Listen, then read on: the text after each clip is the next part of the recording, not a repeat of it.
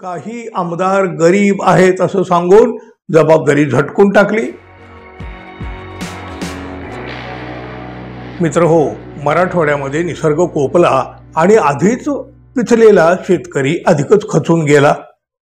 पाण्याखाली जाऊन त्यांची पिकं नष्ट झाली, पाण्याच्या वेगाबरोबर शेती सुद्धा वाहून गेली। आता जगायचं कसं हा एक मोठा प्रश्न त्यांच्या पुढे उभा राहिला। मोठ्या आशेनं त्यांचे डोळे सरकारी मदतीकडे लागलेले आहेत। त्यांच्या मागणीप्रमाणे सरकार झुकायला काही तयार नाही, त्यांची कुठली मागणी पूर्ण करायला तयार नाही। झालेल्या नुकसानीचे आणि एकंदर परिस्थितीची पाहणी करण्याचा फारस मात्र आता सगळे करताना दिसत आहेत। आगामी स्थानिक स्वराज्य संस्थांच्या निवडणुकावर डोळा ठेवून आपले फोटो लावलेले जीवनावश्यक वस्तूचे किट मदत म्हणून या पूरग्रस्तांना देण्याचा प्रयत्न सुद्धा होतोय। सगळं काही आगामी निवडणुकावर डोळा ठेवून।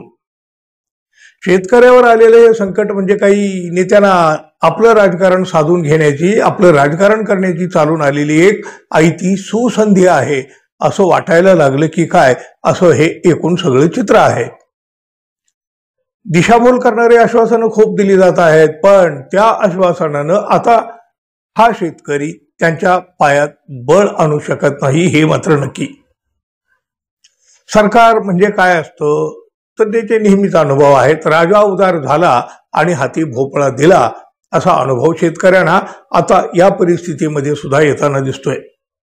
राज्यातल्या पूरग्रस्त शेतकऱ्यांच्या मदतीसाठी भारतीय जनता पक्ष आणि अजित पवार यांच्या राष्ट्रवादी काँग्रेसनं आपल्या आमदारांचं 1 महिन्याचं वेतन देण्याची घोषणा केली।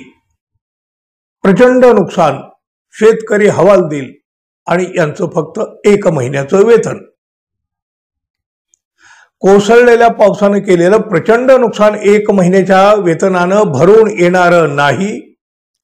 निवडणुकीच्या वेळेला वारे माप खर्च करणारी मंडळी एरवी मात्र हात आकडता कसा घेतात हे बघा तुम्ही। भारतीय जनता पक्ष आणि राष्ट्रवादीच्या आमदारांचे 1 महिन्याचे वेतन पूरग्रस्त मदतीसाठी देण्याची घोषणा होताच काँग्रेसचे विजय वडेट्टीवार यांनी चांगलंच खिंडीत आणि कोंडीत सुद्धा पकडलं।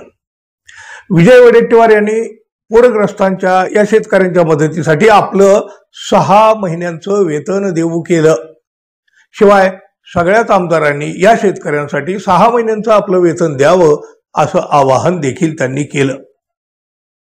ज्यांच्या नावावर निवडून येतो त्याच्या अडचणीसाठी 6 महिन्याचं वेतन देणं कुठल्याही आमदारांना अशक्य नाही। आमदारांची मालमत्ता, त्याची एकूण प्रॉपर्टी ही लोकांच्या डोळ्यासमोर तर असतेच असते। लोकांना माहित असते की आमदारांची परिस्थिती नक्की कशी आहे। पण वडेट्टीवार यांनी 6 महिन्याचं वेतन देण्याची घोषणा केली आणि अन्य आमदारांनाही तशाच पद्धतीचं त्यांनी आवाहन केलं। त्यामुळं मात्र अनेकांची पंचायत झाली।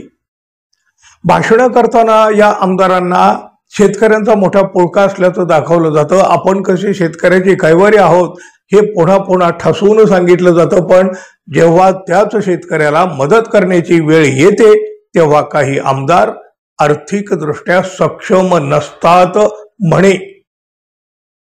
वडेट्टीवार यांनी केलेल्या घोषणेनंतर सगळ्यांनाच काही ना काही सकारात्मक सगळ्याकडून मिळेल, प्रतिसाद मिळेल अशी काही जी अपेक्षा होती, पण भाजपाचे प्रदेशाध्यक्ष रवींद्र चव्हाण यांनी काही आमदार गरीब आहेत असं सांगून जबाबदारी झटकून टाकली।